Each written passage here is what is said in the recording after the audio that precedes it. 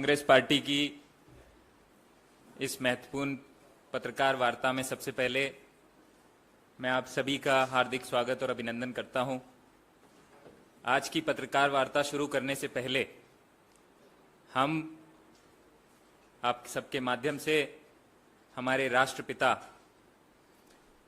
स्वर्गीय मोहनदास करमचंद गांधी, जिन्हें सुभाष चंद्र बोस ने बापू की संज्ञा दी, जिन्हें रविन्द्रनाथ टैगोर ने महात्मा की संज्ञा दी, ऐसे हमारे महात्मा गांधी को नमन करते हैं, उनका स्मरण करते हैं। और अपनी बात शुरू करने से पहले आपको एक वीडियो दिखाना चाहते हैं।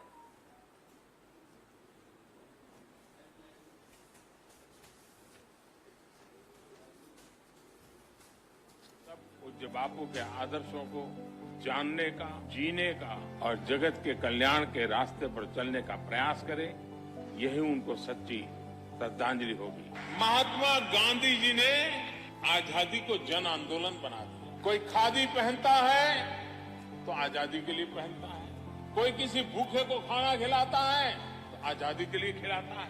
उन्होंने हर व्यक्ति को उसकी क्षमता के अनुसार ये दिशा दी, ये सामर्थ्य दिया और हर हिंदुस्तानी को लगने लगा कि मैं भी आजादी की लड़ाई लड़ रहा हूं। ये महात्मा गांधी ने दूरंदेशी के साथ बहुत चतुर बनिया था, वो बहुत चतुर बनिया था।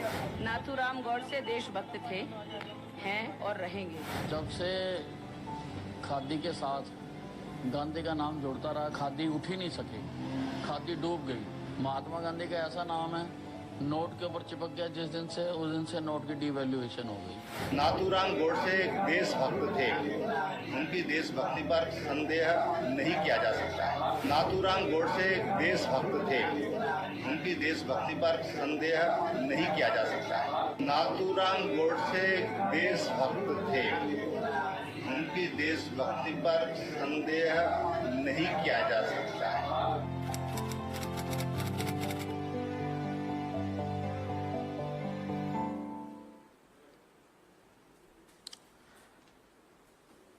तीस जनवरी 1948 को शाम लगभग 5:15 बजे गांधी स्मृति में, जिसको उस समय बिरला हाउस कहा जाता था, नाथूराम गोडसे ने महात्मा गांधी जी को पॉइंट ब्लैंक 3 गोलियां मारी। लाल किले में विशेष अदालत बैठाई गई जिसमें नाथूराम गोडसे का ट्रायल हुआ और उसके ट्रायल के दौरान उसने कहा, उससे पूछा गया कि क्यों मारा आपने महात्मा गांधी को, तो उसने कहा, there was an accumulating provocation for 32 years in me. पिछले 32 वर्षों से यह व्यक्ति मुझे परेशान कर रहा था। अब 1948 से 32 वर्ष, 1916 से 1948 तक के जो 32 वर्ष हैं, उस दौरान ऐसे कौन से काम थे जो महात्मा गांधी जी ने किए जिनसे नाथूराम गोडसे को तकलीफ थी, हम वो आपको बताना चाहते हैं। उन्होंने सत्याग्रह किए, चंपारण का सत्याग्रह, अहमदाबाद का सत्याग्रह, खेड़ा का, डांडी का, मंदिर प्रवेश के लिए उन्होंने मुहिम छेड़ी, सविनय अवज्ञा की, सिविल डिसोबीडियंस, असहयोग की, नॉन कोऑपरेशन, भारत छोड़ो, क्विट इंडिया मूवमेंट। उन्होंने मैगजीन्स चलाए, न्यूज़पेपर, यंग इंडिया, हरिजन। उन्होंने एक्टिविटीज की, कार्यक्रम चलाए, खादी को लेके, सद्भावना को लेके, ग्रामोद्योग को लेके, अनटचेबिलिटी के इरेडिकेशन के लिए। उन्होंने संगठनों पे काम किया, कांग्रेस पार्टी संगठन पे उन्होंने काम किया, सर्वोदय संगठन पे उन्होंने काम किया। उन्होंने राजनीतिक जागरूकता लाने के लिए काम किया, महिलाओं के लिए, दलितों के लिए, आदिवासियों के लिए, किसान के लिए, मजदूर के लिए, गरीबों के लिए। ये सब काम जो महात्मा गांधी जी ने किया, इस सब काम से नाथूराम गोडसे को इतनी तकलीफ हुई जब उसने देखा कि इन्होंने तो देश भी आजाद करा लिया और संविधान सभा भी बना ली जिसमें 300 सदस्य विभिन्न प्रजातियों के दबे कुचले क्षेत्र से आने वाले लोगों की एक मजबूत संस्था बनी। उस सब से उनको इतनी तकलीफ हुई कि उनको जब कोई और जरिया दिखाई नहीं दिया तो उन्होंने गांधी जी को मारना ही सही समझा। अब हम आज पे आ जाते हैं कि उत्तराखंड के ये पूर्व मुख्यमंत्री बलिया उत्तर प्रदेश में बुधवार को एक कार्यक्रम के दौरान सवाल के जवाब में कहते हैं कि नाथूराम गोडसे देशभक्त थे, इसमें कोई संदेह नहीं किया जा सकता। और ये पहली मर्तबा नहीं है, हम सब जानते हैं। मैं आपको गिनवाना चाहता हूं कि भारतीय जनता पार्टी के लोगों ने कब कब महात्मा गांधी जी के हत्यारे को सुशोभित करने का काम किया है। आप सब जानते हैं कि भाजपा की सांसद प्रज्ञा ठाकुर, जिनका हमने वीडियो में भी दिखाया, उन्होंने कहा कि भैया नाथूराम गोडसे देशभक्त था, है और रहेगा। और मोदी जी ने 2019 के दौरान कहा कि मैं इनको बिल्कुल मन से अपने माफ नहीं कर सकता हूं। अगर आपकी बात में वजन होता, अगर आपकी बात में सच्चाई होती, तो हिम्मत नहीं होनी चाहिए थी आज त्रिवेंद्र सिंह रावत की कि वो दोबारा ये बात बोल सके। अमित शाह जी ने, हमने वीडियो में भी दिखाया, महात्मा गांधी को कहा कि ये तो चतुर बनिया था। उन्होंने देश के जो राष्ट्रपिता हैं उनके लिए कहा कि भैया ये तो चतुर बनिया था। और इन्हीं के प्रवक्ता संबित पात्रा ने एक टीवी डिबेट में कहा कि एक्चुअली में देश के राष्ट्रपिता मोदी जी हैं। असम के भाजपा के सांसद कामाख्या प्रसाद ने कहा कि इनकी विचारधारा तो कचरे के समान है। अनंत हेगड़े भाजपा नेता ने बापू के स्वतंत्रता के पूरे संग्राम को ही ड्रामा बताया। अब हम ये कहना चाहते हैं कि भारत देश में राष्ट्रपिता के हत्यारे को राष्ट्रभक्त कहना खाली राष्ट्रपिता का ही अपमान नहीं है, इस राष्ट्र का भी अपमान है। और मोदी जी विदेश में जाते हैं तो मोदी जी गांधी जी की उन्हें याद आ जाती है, गांधी जी के बारे में बात करने लगते हैं, गांधी जी की फोटो पे फूल चढ़ाने लगते हैं। बार बार जब उन्हें विचारधारा की जरूरत पड़ती है तब वो गांधी जी को याद करते हैं। लेकिन फिर उन्हीं की पार्टी के पूर्व मुख्यमंत्री, जो 4 साल एक प्रदेश का मुखिया रहा हो, वो ओपनली ये बात कह रहा है। ये क्या मजाक है? हम ये चाहते हैं कि वंस एंड फॉर ऑल, हमेशा के लिए भारत देश में नाथूराम गोडसे का महिमा मंडन बंद होना चाहिए। हम ये चाहते हैं कि इस बात पे जो भी राजनीतिक, भारतीय राजनीति से ये हमेशा के लिए गायब होना चाहिए। किसी की हिम्मत नहीं होनी चाहिए कि वो ये कह सके दोबारा कि नाथूराम गोडसे देशभक्त था। इसके लिए हम मांग करते हैं कि आपको अपने उस पूर्व मुख्यमंत्री को अपनी पार्टी से बाहर का रास्ता दिखाना पड़ेगा। इसके अलावा कोई और चारा नहीं बचा है। और जब तक आप ये नहीं करते हो तब तक संदेश नहीं जाएगा। और यदि आप ये नहीं करते हो तो मोदी जी से भी हम कहना चाहते हैं, आपको फिर कोई अधिकार नहीं बचता है कि दोबारा आप कभी भी महात्मा गांधी जी की तस्वीर पे फूल चढ़ाइए या महात्मा गांधी जी की किसी मूर्ति पे माल्यार्पण कीजिए। आपको कोई अधिकार नहीं है। यदि आप इन्हें बाहर नहीं निकालते हैं तो इसका मतलब आपकी रजामंदी है जो ये कह रहे हैं इसमें। ये नाटक नहीं चलेगा ऐसे। राहुल गांधी जी यही तो बात करते हैं। विदेश में जाके उन्होंने कहा कि भारत में 2 सोचों की लड़ाई चल रही है, हमारी महात्मा गांधी की सोच है और इन लोगों की गोडसे की सोच है, और इसी के बीच में झगड़ा है। तो राहुल गांधी जी ने जो बात कही उसको तो आपने सत्यापित कर दिया इतनी ही जल्दी। और यही तो बात राहुल गांधी जी कहते हैं कि हम नफरत के बाजार में मोहब्बत की दुकान खोलना चाहते हैं। और आप सबके माध्यम से आज मैं बताना चाहता हूं कि उस नफरत के बाजार में क्या क्या मिलता है। उस नफरत के बाजार में मिलती है हिंसा, घृणा, नफरत, झूठ की राजनीति, बेरोजगारी, महंगाई, किसानों पे अत्याचार, जहां खिलाड़ी हैं लाचार। और उस बाजार में जो हम मोहब्बत की दुकान खोलना चाह रहे हैं, हमारी उस मोहब्बत की दुकान में मिलता है 500 रुपए का सिलेंडर, उसमें मिलते हैं युवाओं को रोजगार के अवसर, उसमें मिलता है दबे कुचले पिछड़ी जातियों के लोगों को सम्मान, उसमें मिलती है सद्भावना, प्रेम, करुणा। ये हम मोहब्बत की दुकान खोलना चाह रहे हैं। और हम पुनः एक बार मोदी जी से मांग करते हैं कि मोदी जी अपने इस मुख्यमंत्री को, पूर्व मुख्यमंत्री को पार्टी से बाहर का रास्ता दिखाइए, इन्हें पार्टी से निकालिए और देश में एक संदेश दीजिए कि महात्मा गांधी जी के हत्यारों का महिमा मंडल करने वालों की भारतीय राजनीति में कोई जगह नहीं है। धन्यवाद। हम आपके सवाल लेना चाहेंगे। जी,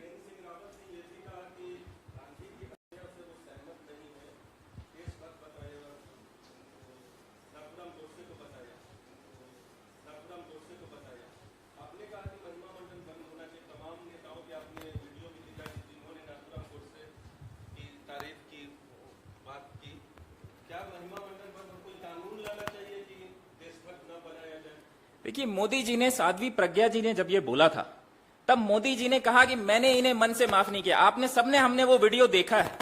अगर उस वीडियो में थोड़ी सच्चाई होती, अगर उस वीडियो में बेस होता, अगर मोदी जी के उन शब्दों में जान होती, तो क्या आपको लगता है कि पूर्व मुख्यमंत्री त्रिवेंद्र रावत की यह हिम्मत हो सकती थी कि वो दोबारा ये बयान दे दे? साफ साफ शब्दों में वो कह रहे हैं कि नाथूराम गोडसे देशभक्त था, इसमें कोई संशय नहीं है। ये उनके शब्द हैं। तो ये बिल्कुल भी बर्दाश्त नहीं है।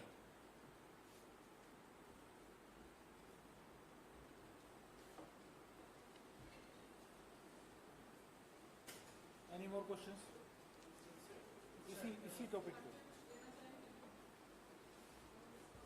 या जी भाई। उत्तराखंड की जो आप बात कर रहे हैं, उत्तराखंड के ही मुख्यमंत्री का आज एक बयान आया, वो आया इसी तरीके की बात को लेकर, एक लव जिहाद को लेकर। उन्होंने कहा कि हम इस स्टेट के अंदर लव जिहाद के कोई मामले होने नहीं देंगे। पुलिस ऑफिसर्स की, डीजीपी की और पुलिस ऑफिसर्स की उन्होंने मीटिंग भी बुलाई है। इसको कैसे देखते हैं? हम मुख्यमंत्री जी से मांग करते हैं कि पहले वो इस पे जवाब दें। आप ही के पूर्व मुख्यमंत्री कह रहे हैं महात्मा गांधी जी के लिए कि उनके हत्यारे को राष्ट्रभक्त वो बता रहे हैं कि वो तो देशभक्त थे। तो हम उल्टा मुख्यमंत्री जी से मांग करते हैं कि आप हमारे इस सवाल पे जवाब दीजिए। क्या आप भी हमारी मांग का समर्थन करते हैं कि त्रिवेंद्र रावत जी को उनकी पार्टी से निकाला जाए?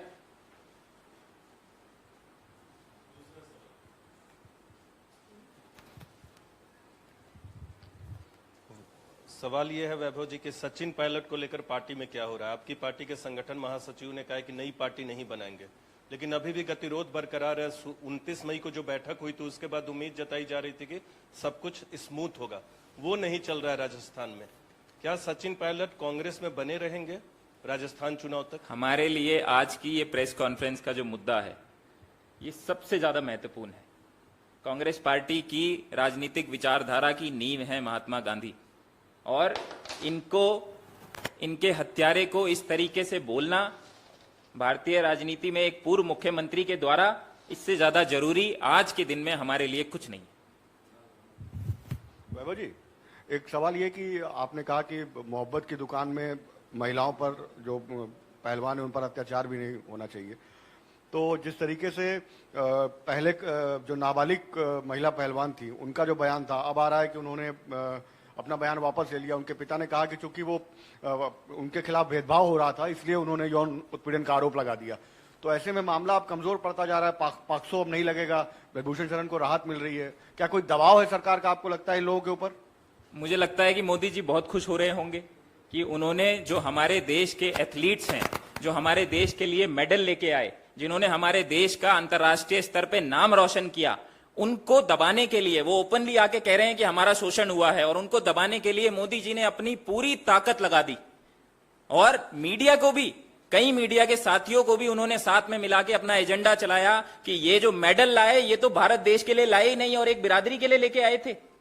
उनको सड़कों पे घसीटा गया, उल्टा उन्हीं पे ही मुकदमे कर दिए गए, कोचेस पे मुकदमे कर दिए गए, और इतना उनको मजबूर कर दिया कि हरिद्वार में जाके उन्होंने गंगा में अपने मेडल सलाने जरूरी समझे।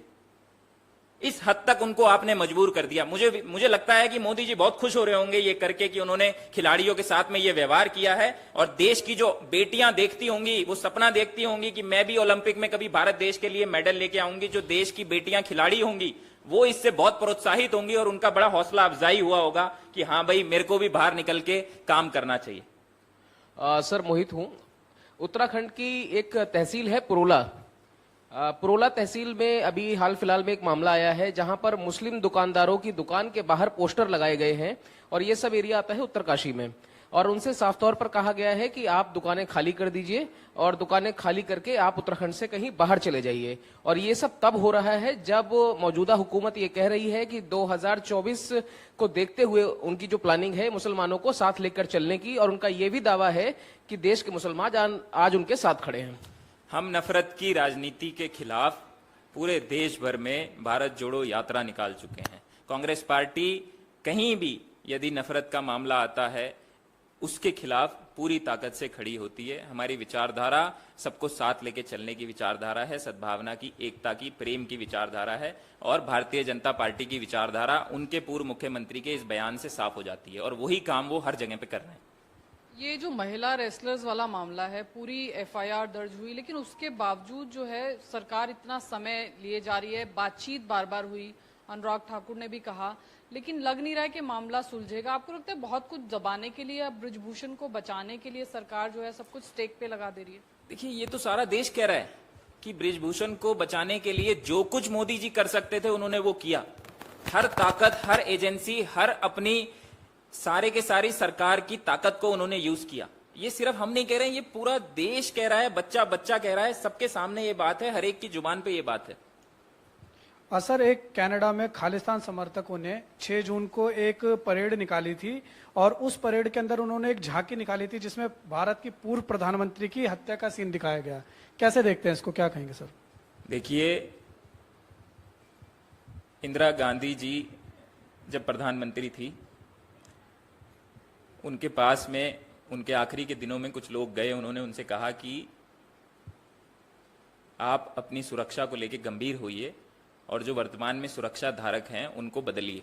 लेकिन उन्होंने कहा कि मैं अपने सुरक्षा कर्मियों को नहीं बदल सकती हूं, यदि मैं बदलूंगी तो मेरे देश में जो मैं सद्भावना की बात करती हूं वो संदेश खराब जाएगा। मेरे को मेरे देश की सद्भावना और एकता, अखंडता ज्यादा प्यारी है अपने जीवन से।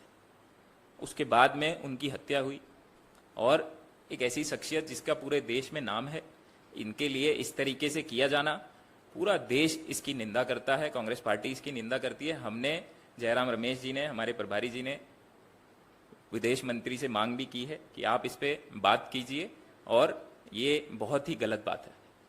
सर, अभी तेजस्वी यादव की तरफ से एक बयान आया है, उन्होंने एक बड़ा क्लेम करते हुए कहा है कि पहले लालू जी ने अडवाणी का रथ रोका था, अब जो महागठबंधन होगा विपक्षी दलों का, नीतीश जी और हम लोग सब मिलके अब मोदी जी का रथ रोकेंगे। कैसे देखते हैं इसे?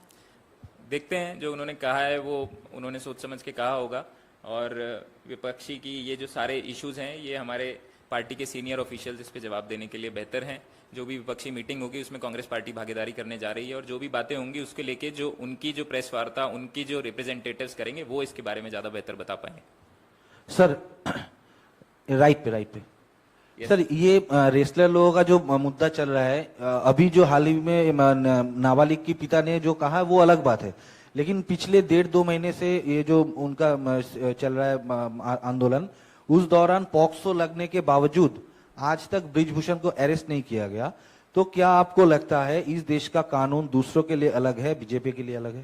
देखिए, इसका तो उदाहरण कई बार हमारे को देखने को मिला है ना, कि कानून जो है इस देश का बदल जाता है। Washing machine, Bharatiya Janata party में जैसे ही कोई नेता जाता है तो उनकी वॉशिंग मशीन ऑन हो जाती है और वो तुरंत ही धुल जाता है। ईडी, सीबीआई एक ही पार्टी के, कुछ ही पार्टियों के लोगों को पकड़ती है। तो ये तो कई बार देखने को मिला है, ये कोई नई बात नहीं है। बहरहाल, यदि इस मुद्दे पे जो आज हमने जो पत्रकार वार्ता करी है, इस पे कोई और सवाल हो तो हम ले सकते हैं। नहीं तो बहुत बहुत धन्यवाद। Thank you so much.